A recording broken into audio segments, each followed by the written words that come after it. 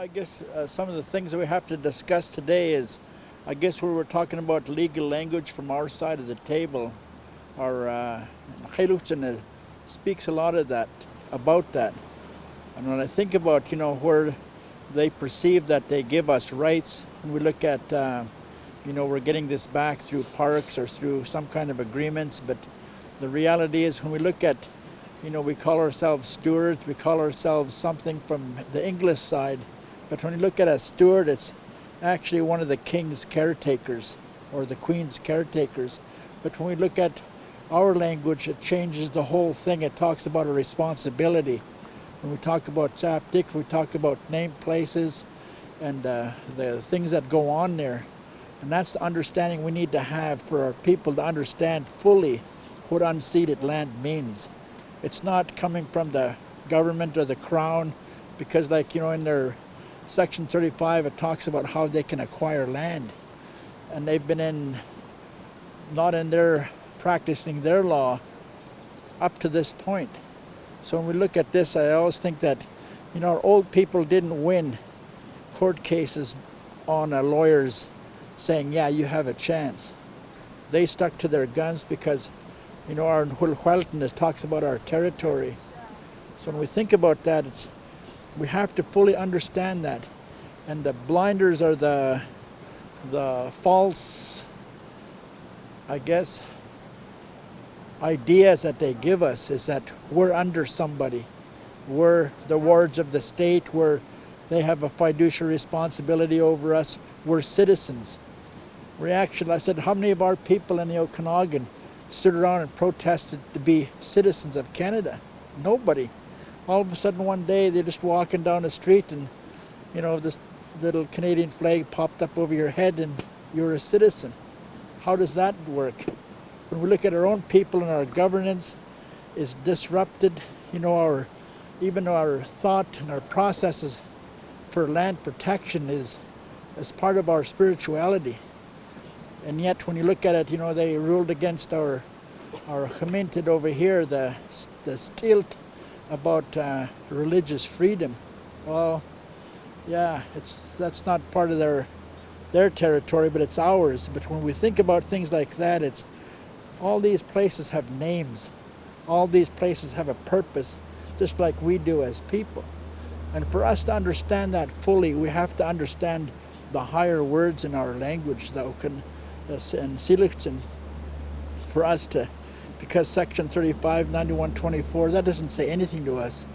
We're just somebody's whipping dog, or, you get over there.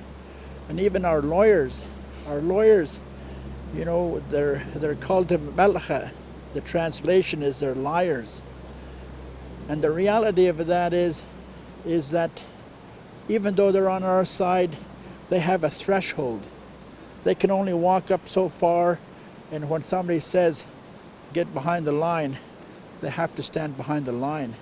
And when you look at it, our law is not compared to theirs. When you look at it, theirs come from England or somewhere else, where they've been trying to practice this for 3,000 years or something. And yet when you look at our laws have been here for thousands and thousands of years. Before we even hear, the law was made. And our people, we don't teach that in our schools. And yet when you look at in their history has been dismantled, because all of a sudden they realize who Sir John Macdonald really is. He was this horrible person.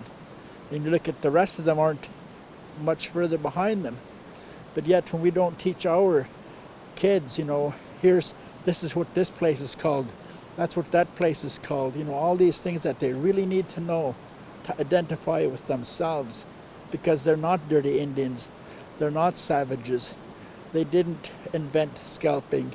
They didn't invent all these atrocious things that happened.